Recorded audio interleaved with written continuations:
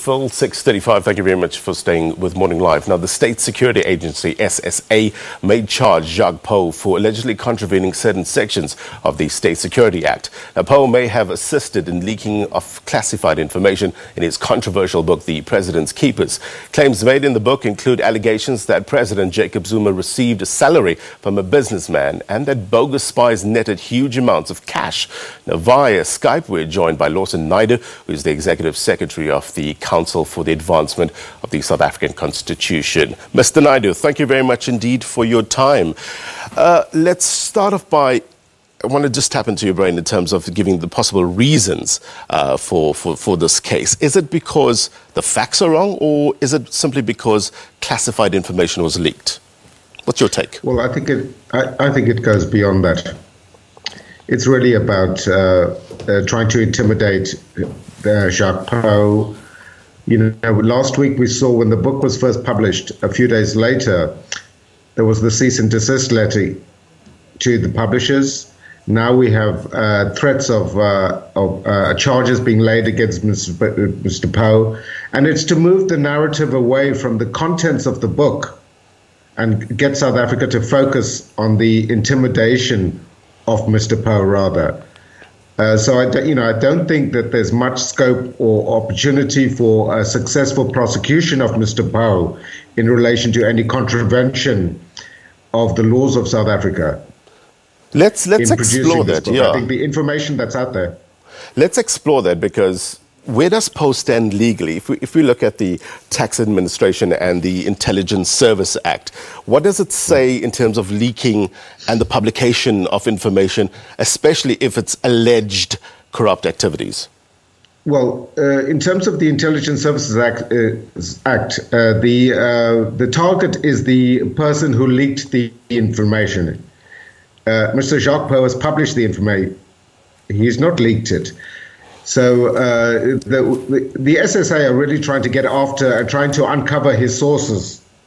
And he has stated quite categorically he will not disclose the sources, and he shouldn't. What about it does appear that the SSA is barking up the wrong tree. What about the Promotion of Access to Information Act, those other pieces of legislation? How do you view that? Well, I think the fundamental issue is the fact that Mr. Pauw has a right of freedom of expression under the Constitution.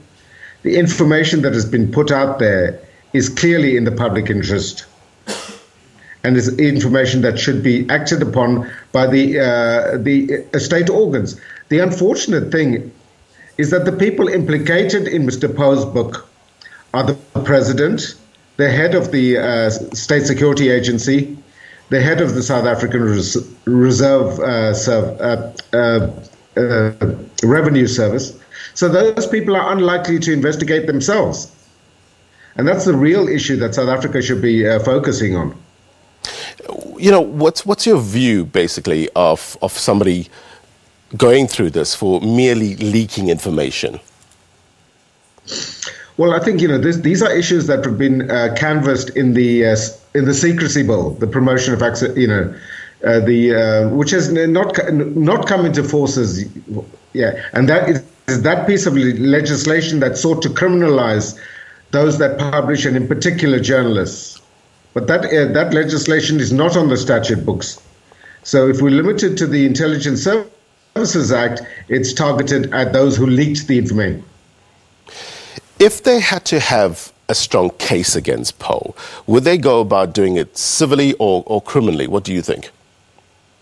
Well, they would probably go about it criminally, as the legislation would provide. But it was a high-risk strategy for them, because it would mean that they would have to confirm the veracity of what he has published. Mm-hmm. And then they'd be in the invidious position of prosecuting the person that published it, but not taking action against those that have committed the actual wrongdoing, and which is alleged, amongst other things, to include charges of treason.